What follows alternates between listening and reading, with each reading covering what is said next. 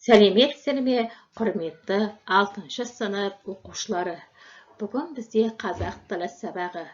Бүгінгі сабағымыздың тақырыбы ата-ана басты құндылықтар. Осы сабақ арқылы жүзеге асатын оқу мақсаттары.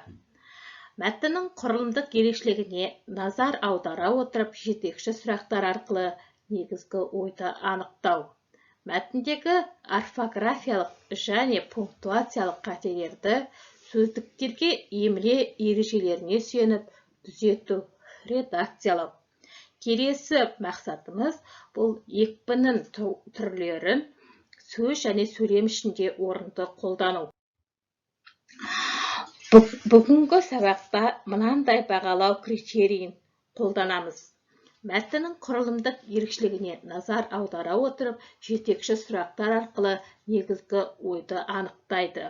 Мәтіндегі орфографиялық және пунктуациялық қателерді сөздіктерге емле ережелеріне сүйеніп түзетеді, редакциялайды. Екпіннің түрлерін сөз және сөйлем ішінде орынды қолданады. Енді бүгінгі сабағымыздың тақырыбына сай мынандай жұмыстар жасаймыз. Бірінші жұмысымыз бұл бүгінгі сабағымыздың тақырыбын түсіну мақсатында бірінші мәтінмен жұмыс. Ата-анаға отбасына байланысты бір мәтінді оқимыз. Осы мәтін арқылы тапсырма беріледі. Сол себепті құрметті оқушылар мұқият тыңдасақ. Әрбір отбасының өз құндылықтары болады. Ұлттық құндылықтарының бастауы отбасы. Әке отбасының тірегі болса, ана берекесі. Көзін ашқаннан көргені мен естігені бала жадында тасқа басқан хаттай жазылып қала беретіні анық. Бақытын баладан іздейтін ата-ана. Не ексе, соны оратынын біліп, өзінің әрбір сөзі мен әрекетіне мән берген. Әркімнің туған анасы, туған әкесі бар. Әрбір ана мен әке өз балам адам боп, азамат боп ержетсе екен деп тілейді. Баласын асырайды, бағып қағады, аялап өсіреді.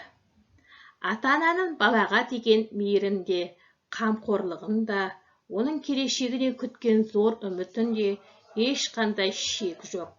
Әке шешеңнің елге сіңірген еңбегін танып біл, сыйла, құрметте, ата-анаңды мақтан тұт. Отбасылардың басты мақсаты бақытты ғұмыр кешу. Енді осы мәтінді тыңдап болсақ, құрметті оқушылар, осы мәтін бойынша мынандай тапсырмаға зер салсақ. Яғни ой қозғау әдісі арқылы отбасы құндылығы сөзіне кластер құрып жазып шықсақ. Осы тапсырманы мынандай бағалау критерийіне сүйеніп жасасақ. Тақырып туралы мәліметтерді анықтап, қажетті тірек сөздерді пайдаланып, сөздік қоры, мол көркемдегіш құралдарды дұрыс әрі сауатты қолданып жазамыз. Дескрипторы тақырып туралы мәліметтерді анықтап біледі, қажетті тірек сөздерді қолданады, сөздік қоры мол көркемдегіш құралдарды дұрыс қолданады, әрі сауатты жазамыз.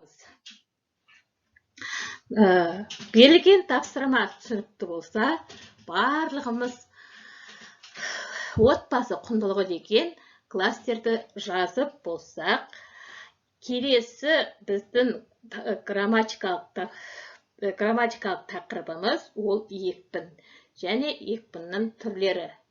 Жалпы екпін дегеніміз не? Екпін дегеніміз сөйлем ішіндегі кейбір сөздердің немесе сөз ішіндегі кейбір буын дыбыстардың басқа тілдік бөліктерден ерекшеленіп көтеріңкі айтылуын біз екпін дейміз. Екпін өз ішінен төртке бөлінеді. Яғни сөз екпіні, ой екпіні, дыбыс екпіні және тіркес екпіні болып. Сөз екпіні дегеніміз сөз ішіндегі бір буынның көтеріңкі айтылуын Не дейміз? Әрине, сөз екпіні деп атаймыз. Қазақ тілінде сөз екпіні негізінен соңғы буынға түседі. Мысалы, бала далада ойнап жүр. Яғни, соңғы буынға дейді. Бала. Осындағы бала деген сөздегі а дыбысына, далада деген сөздегі а дыбысына, және ойнап жүр дегендегі а, жүр деген сөздегі деген бұлардың барлығы дауысты дыбыстар. Келесі екпінің түрі бұл ой екпіні. Сөйлем ішіндегі ерекше назар аударылатын сөзді оқшаулап, бөлектеп айту. Ой екпіні сөйлем ішіндегі сөзді бөлектейді. Мысалы, Айбек ерте тұрды. Осындағы Айбек деген сөзге ой екпіні түсіп тұр. Ал егер Айбек ерте тұрды дейтін болсақ, қандай сөзге түсіп тұр? Ерте деген сөзге. Ал егер де Айбек ерте тұрды дейтін болсақ, қандай сөзге түсіп тұр? Әрине, тұрды деген сөзге түсіп тұр. Ой екпінін түсіру арқылы нақтылау, дәлелдей түсу мақсаты көзделеді. Екпіннің үшінші түрі бұл тіркес екпіні. Тіркес екпіні бірнеше сөздің тіркесе, тізбектеле, бір тұтас екпінмен бөлектене айтылуы. Бұл көбінесе күрделі сөздерге, негізгі және көмекші сөздердің тіркесіне тән. Мысалы, мектепке дейін. Осындағы дейін деген сөзбен мектеп сөзінің тіркесіп келуі мектепке деген сөзге екпін түсіп тұр. Арғаттай, жаңа айттық, күрделі сөздерге түседі дедік. Бұндағы, мысалы, әке, шеше дейтін болсақ, күрделі сөзіміз әке, шеше. Әке деген сөздегі ең сөздің сондағы е дыбысына түссе, шеше дегендегі е дыбысы. Бұл екеуі де дауысты дыбыс. Енді екпінің ең соңғы түрі бұл дыбыс екпіні. Сөз ішінде дыбыстың бөлектеніп, көтеріңкі дауыспен немесе созылып айтылуын дыбыс екпіні, яғни дыбыс екпіні деп атынан айтылып тұрғандай, белгілі бір дыбыстың екпінінің көңіл күйді білдіретін сөздерді айтуда бұл жиі қолданылады екен. Сол себепті айтылуда сөйлеушінің эмоциясын білдіреді екен. Мысалы, әлақай дейтін болсақ, жарайсың дейтін болсақ, тамаша. Яғни әрбір адамның несін, эмоциясын білдіріп тұр. Сондағы тамаша дыбыстың ең соңғы буынына түсіп тұр. Яғни көтеріңкі көңіл күймен айтылып тұр.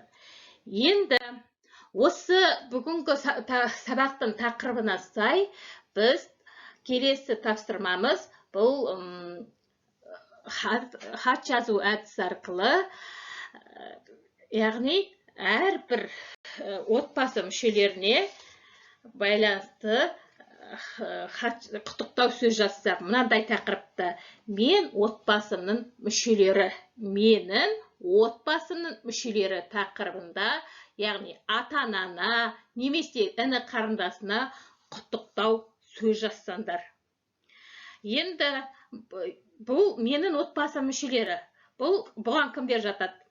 Ағаң, інін, сосын яғни бір сөзден айтқанда бірге туған бауырларын, сонымен қатар атан, әжен, ата-анаң, осы өзіңнің ең жақсы көретін отбасы мүшелеріне немесе өзің кім жақын, соған құттықтау сөз жазып шықсаңдар. Енді осы тапсырманы мынандай бағалау критерийді сүйеніп жасасақ, екпінің түрлерін дұрыс қолданып, жаңағы құттықтау сөзін жазу барысында екпінің түрлерін дұрыс қолдана аласыңдар, және дескрипторы екпін түрлерін дұрыс қолданып жазып, құттықтау сөз жазып шықсаңдар. Жақсы, бүгінгі біздің жалпы бүгінгі сабағымыздың тақырыбы бойынша біз екі тапсырма орындадық. Ол, яғни, бірінші жаңа сабағымыздың тақырыбы бойынша кластер құрсақ, ал енді грамматикалық тақырыпқа сай біз құттықтау сөз жазып шықтық. Енді келесі біздің тапсырма болғанда бүгінгі сабақ бойынша рефлексия жүргізсек. Яғни рефлексияны былай аяқтасақ.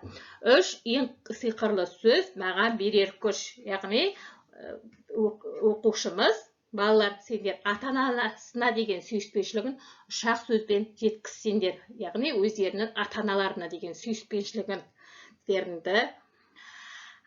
3 ақ сөзбен жеткізіп жазып шықсаңыздар. Келесі бүгінгі сабақ бойынша қандай мәлімет алдыңдар? Жалпы бүгінгі сабақ түсінікті болды ма? Соған байланысты, кері байланысты бағдаршам әдісі арқылы аяқтасақ. Яғни, бағдаршам болғанда бізде қызыл түс. Егер қызыл түспен бояғың келсе, түсінбедім десеңдер, қызыл түспен бояйсыңдар. Егер толық түсінген жоқпын десеңдер, онда сары түспен. Ал түсіндім десеңдер, жасыл түспен бояп шықсаңдар.